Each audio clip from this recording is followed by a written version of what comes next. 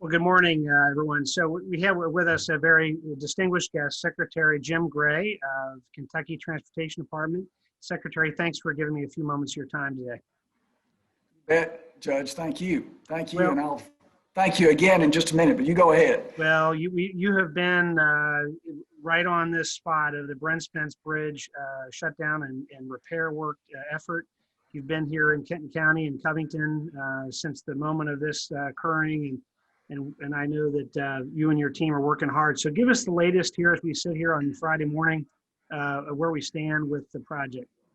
Well, first things first, Judge, let me thank you and your government and Kenton County for giving us access to the Emergency Operations Center here, where we have really set up shop for the Kentucky Transportation Cabinet and the work that we're doing, the really rapid response work that we're doing here.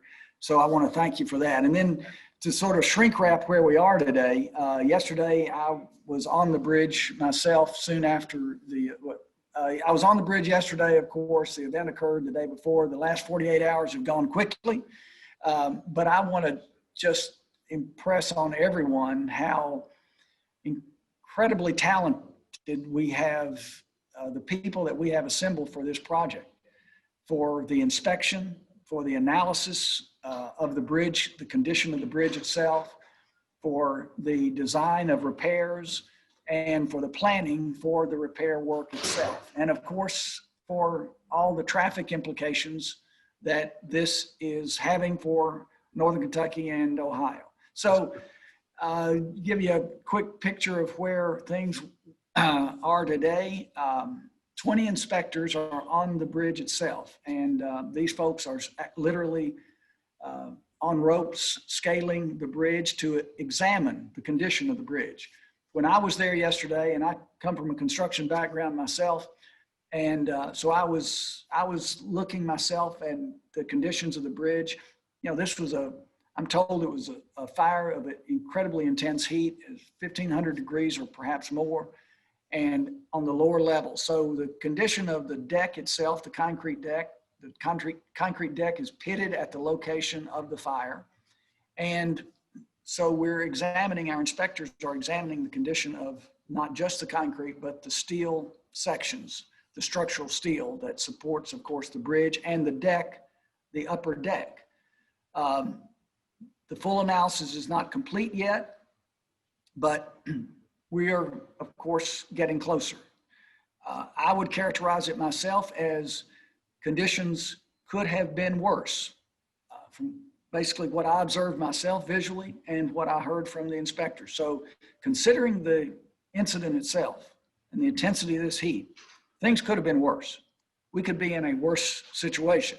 That said, this is not a few days of work and repair. So folks need to get accustomed, regrettably and unfortunately, the traffic situation, as difficult as it is, it's not going to be relieved overnight. This is more in the order of magnitude of weeks. I'm hoping that I'm not saying months, but we don't know yet. So we're working both on the design for the repairs. We're working on securing materials that may be needed, depending upon, again, the design and the inspection. We're working on securing materials that may be required for the repairs and actually then executing the repairs. So as quickly and as safely, importantly, as we can. So, Secretary, as you alluded to, I mean, you've got the experts on site. Your team's ready and figuring out what they have to do to go out to bid once you know the scope of the job. Is there any concern with, you alluded to materials is one thing, you've got to make sure that's available. Any issue with availability of dollars to jump on a project like this in an emergency fashion? You know, I've learned over time, Judge, and I suspect you have too, that when you have what amounts to a crisis like this, a real challenge, that people come together. And we have had really what I would characterize as remarkable and really commendable support from our federal partners, from Ohio, from our consultants that have gathered the most talented people in the country dealing with bridge repair work like this and structural challenges. But especially from the federal government, Secretary Elaine Chao has been incredibly supportive. She has assigned her chief of staff, Todd Inman, who is a Kentuckian himself, like Secretary Chow, has been assigned to help us with the project. And he has assured us that every effort and every level of support will come from our federal partners in the project. So we're really focused on, of course, getting the design, the inspection done, the design work done, and securing the materials. And we're going to be responsible to our taxpayers, of course. We all, we all know that that's first priority, but at the same time, we have an urgency to get the work done. So we've got, again, fortunately, at the Kentucky Transportation Center, we have specialists in procurement, in purchasing, in estimating, in costs of materials, labor, and there are experienced contractors across this area and this region who are equipped for a project like this. So we're really, in real time, we are compressing these activities. I say that we're working on parallel tracks. We're not just doing this stuff in a linear fashion, A to B to C to D, or 1 to 2 to 3 to 4. We're compressing these activities so we get the best results and at the same time, safe results. Indeed. And I know the governor said that yesterday. He wasn't going to allow anything to be even marginally unsafe. It's got to be a final solution. So speak to the issue. A lot of residents who may not be always going north to Ohio and otherwise, and not travelers, talk about the local traffic. As you know, yes. 75, the corridor is in many ways a main street for Kenton County, and I know you're talking about some of their options there to alleviate and access some of the northbound traffic. Well, I know that as you said, Judge, of course, no one knows better than you do and your constituents do, the challenge that this represents in terms of 71, 75 access north of 275 and between 275, of course, and the river. And we're working vigorously. We've got our traffic engineers working vigorously to reopen so that we have the local access. And Bob Yeager, who is a seasoned veteran and our chief district engineer here in Northern Kentucky, is on this project himself. He is, as I said, he's a veteran and knows the traffic patterns here in Northern Kentucky and Ohio as well as anybody living.